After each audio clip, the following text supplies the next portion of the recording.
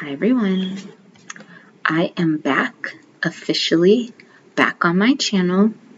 Today is my 34th birthday, so I'm going to be having a day of solo fun. I'm going to be eating, I'm going to be going on my little mini shopping spree if I have the time, and just enjoying my day. In this video, I'm going to be showing you some of the presents that I've gotten so far, and maybe at the end of today I may show you what I bought on my little shopping spree. We'll see if I have time for that. I'm also going to be discussing my goals for this new age and also reflecting on my former age as a 33-year-old, now as a 34-year-old. So today's present, the first present I got today was I got Cash Apped $51 from my aunt in Indiana. So I was really happy about that. I'm going to put it in my savings account or disperse it between my budget binders and stuff. Then yesterday I ran into my mentor came over, or one of my young mentors. She came over and she gave me a nice amount of presents. So they came in this beautiful hummingbird bag. Usually what I do with bags, if they're really nice, I either save them and I use them as gift bags for customers, or if they're really super nice, I cut them up and put them on the wall. So I might just put this one on the wall because it has the hummingbird on it. She also gave me 2 mugs, and this is my favorite mug out of the 2. It has the Little Mermaid. It says Mermaid Fan Club, and it has Ariel, or if it's like Hebrew pronunciation, it would be Ariel, which means Lion of God. I did get to see the Little Mermaid, and I had a nice little time. So I'm going to take this to work, and I'm going to drink it, drink some tea out of it, maybe drink a smoothie, and I'm pretty sure the little children will get a kick out of it. The next the next present that she gave me was a statue, and it is Saint Barbara Africana. It's like a black Madonna and child. I think it's a very beautiful statue. I put her along with some of my other statues. Look at this blue mantle crown. She basically gave it to me because she says it represents like my future as a mother, like when I have children and all of that, and probably within the next 2 or 3 years starting a family. So she gave me this one, and I really love it. It's very beautiful. It's very detailed. You can even see some angels in the back if you can make it out. I really like it. So, as far as lessons that I learned last year as a 33-year-old last year, I feel like I have changed as a person. My brain is definitely not the same brain.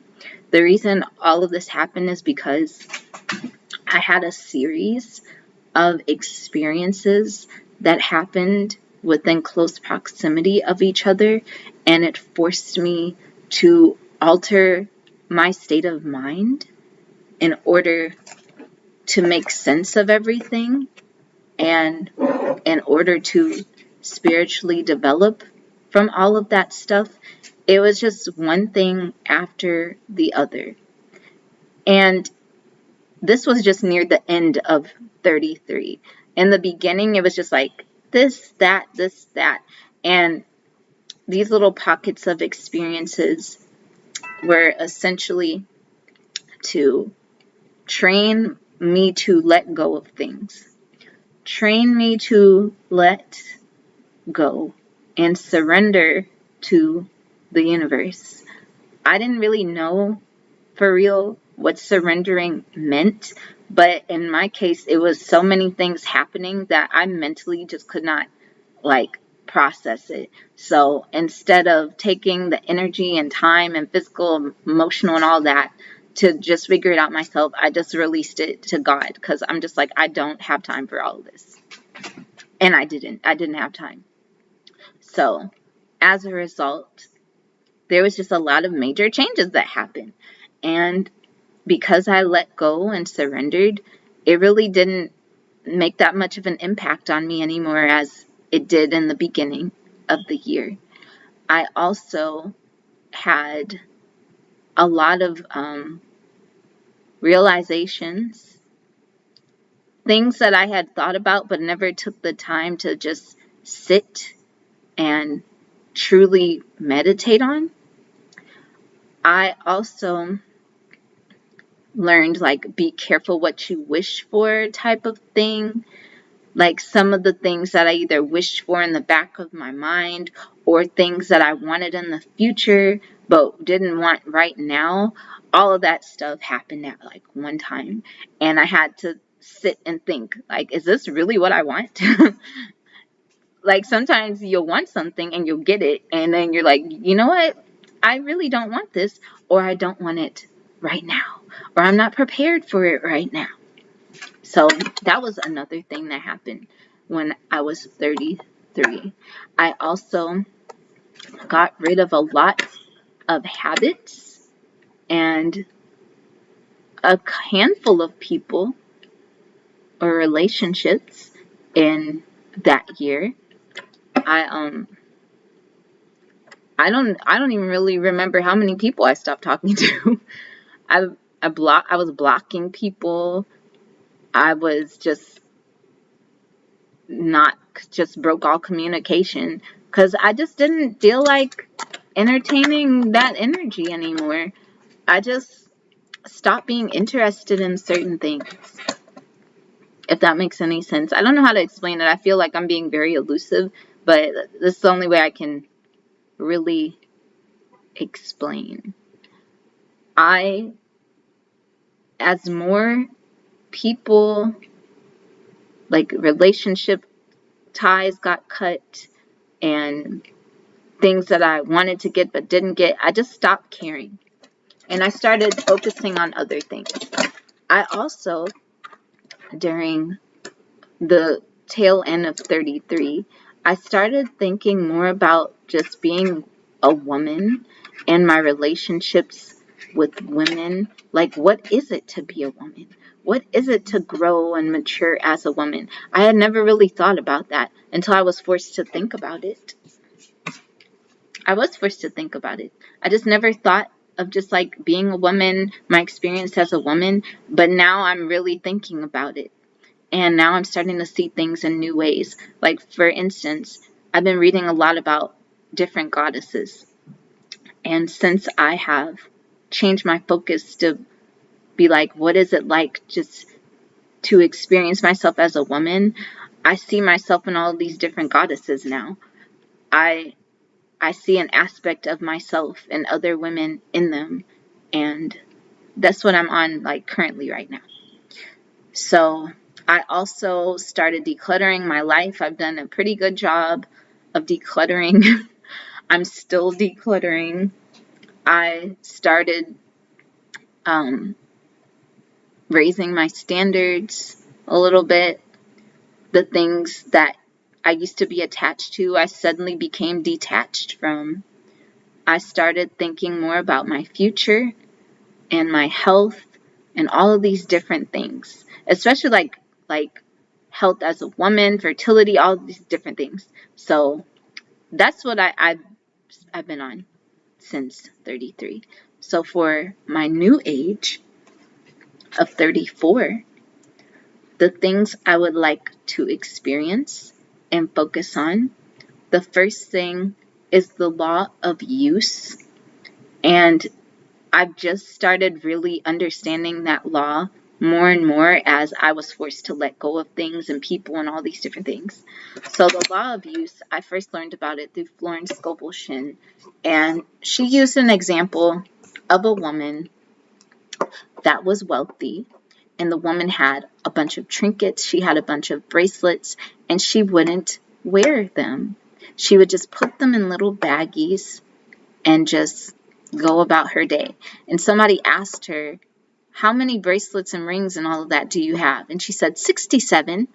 Now, because she had all of these things, if she had used them, it would have been okay. But since she didn't use them, she let them just go to waste.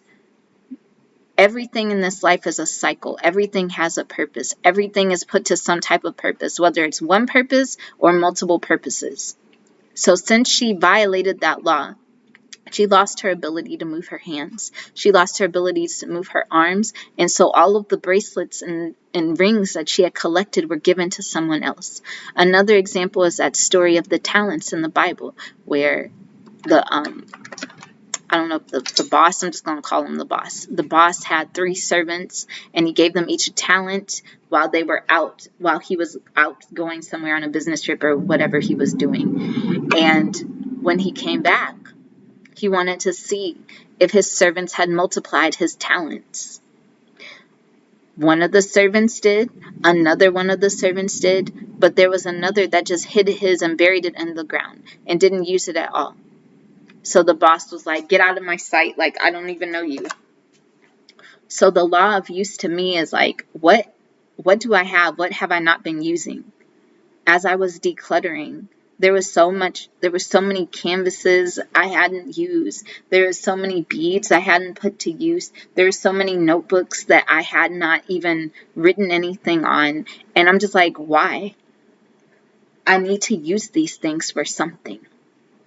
I need to send out all of this stationery as cards. Or even like with talents, I need to hone my talents. I need to actually eat the food that I have in my refrigerator. I need to use my words. I need to express myself. I need to use everything that I am and everything that I own until it is either gone or until it's just like, used. I think my first encounter with the law of use was when I had a computer in 2015. And as I said, my neighbor broke in my house and they orchestrated a break-in. And they stole my laptop and everything. And it did hurt. But then when I thought about it, I was like, I used that laptop to the fullest. I made my website. I made 2 books. I had started like my YouTube and all of that again. So I put that computer to use, even though it was halfway broken. I still put it to use. So if you're a person that has talents or different things, just use them or give them away to somebody that would use them better. Like I've been giving away so many clothes that I know I'm not going to wear, but somebody, it'll be their best outfit. The next thing that I'm focusing on for 34 is financial stability. So far I've done good with that. I've saved money. I have paid off 3 debts. I paid off my self-lender card, and that raised my credit score up a lot. I have just been saving for all of my different goals, and I've been catching up and being ahead of all of my bills. So financial stability increase is what I really want to see with age 34, because with increase, I have more options. Like the more money I have, the more options I have personally for me. Like I could either do this or do that. Sometimes we make rash decisions because we don't have enough money, so we go into a state of panic. But if we have the amount of money we need, we're good. And we can settle down and think. Travel. I just got my passport, so my next goal is to maybe get on a cruise because I just don't want to get on airplanes. The only way I'll get on an airplane is if I'm traveling with either my one friend or my accountability partner. Like that's the only way y'all gonna get me on a plane, unless those 2 are there. Either I'm going with her or I'm going with him, but I'm not going by myself. I'm not doing it. Romance, I'm open to it. I am. I mean, I think I'm more open to it now because I just don't really care that much anymore. It's not as urgent to me as it was in the past. And that's really due from all of the experiences I had at 33 and the back-to-back experiences I've had and getting all the things I did want prematurely or the things I didn't want at the same time. So I think romance, I'm open to it because my brain is more clear. I have more clarity. Even some of the things I want have changed. Like, I do want romance, but I really don't need puppy love. I don't need the type, I'm not really needing the type of romance I had as a teenager or like in my early 20s. I'm like, oh, this and that. I want someone that I can grow to love and grow to care about, and someone I respect. If I don't respect you, there's really no point of being with you. And I haven't met that many guys I actually respect as a person that I could see as a viable partner. So I'm sending out to the universe that this is something that I want, but it's not with like superficial things. Now, most of the things that I did like, they still count. Like, I do want to be physically attracted to him. I do want him to be in good health, all of that. But some of the other things, I'm like, oh, okay. I'm more like lenient now. Education. I did not realize how important, I mean, I knew education was important, but I didn't realize how extremely important it was until I got criticized for having an education. And I started watching documentaries of young girls in other countries that were forced into child marriages, and some of them were in school, but they couldn't escape their situation because of poverty. The education would have taken them out of poverty, but the society that they lived in didn't really see like a young girl as a viable candidate or a benefit to society, if that makes any sense. And this happened when I was like still learning more about being a woman and goddesses and different things. It made me open my eyes to just things I had put in the back of my mind but didn't really sit and think about. So as I was watching the videos of these girls and they were crying, they were almost all of them were under 15 years old. 15, 9, 10, very, very young girls. And it just hit me where I'm like, okay, if they're impoverished, why doesn't the man that's, I guess, buying them or like enslaving them, why doesn't he just pay for their education? Why doesn't he just support her family just being a good community member? Like, why does he have to marry a child? Why? And why is education so intimidating to them? Why? So it made me more appreciative, or is that the right word? Appreciative of having the ability to just learn, of having the ability to go to the library or buy books for myself or meet people who are learning all sorts of things. Because the more educated you are, the more you actually learn about yourself, the more your mind expands.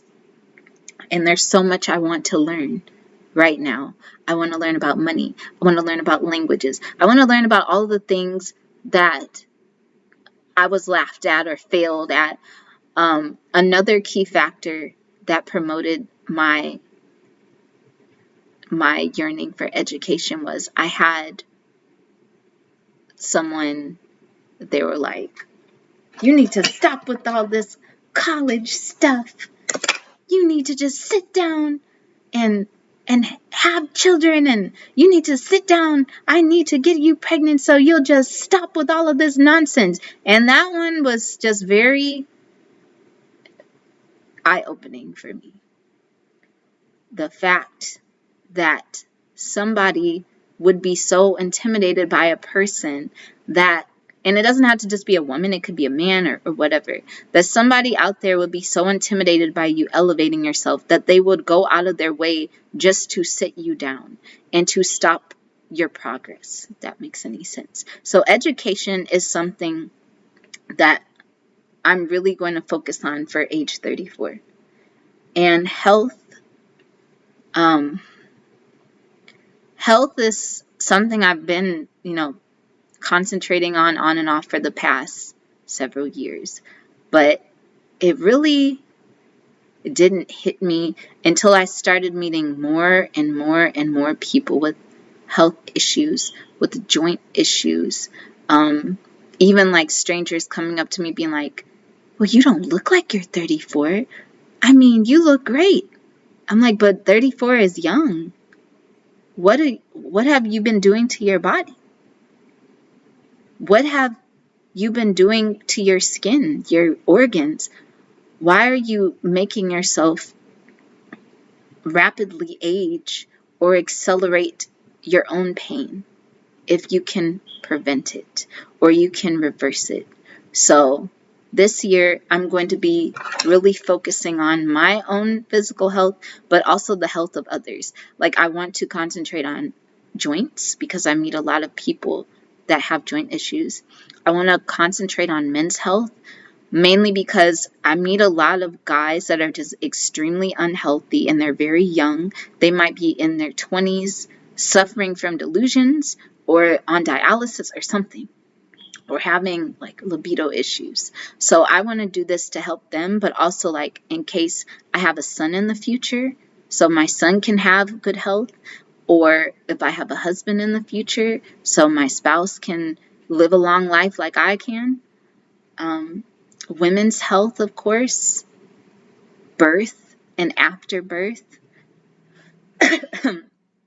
Women who have had miscarriages and also terminations, helping them emotionally and also to heal their body from those experiences as well. Children's health. So when I say health, it's not just for me. I want to be able, why did I say be able? To heal people at all stages of their lives and my life. So those are my goals for 34. And I'll talk to you later, everyone. I'm going to go out and have fun. Bye-bye.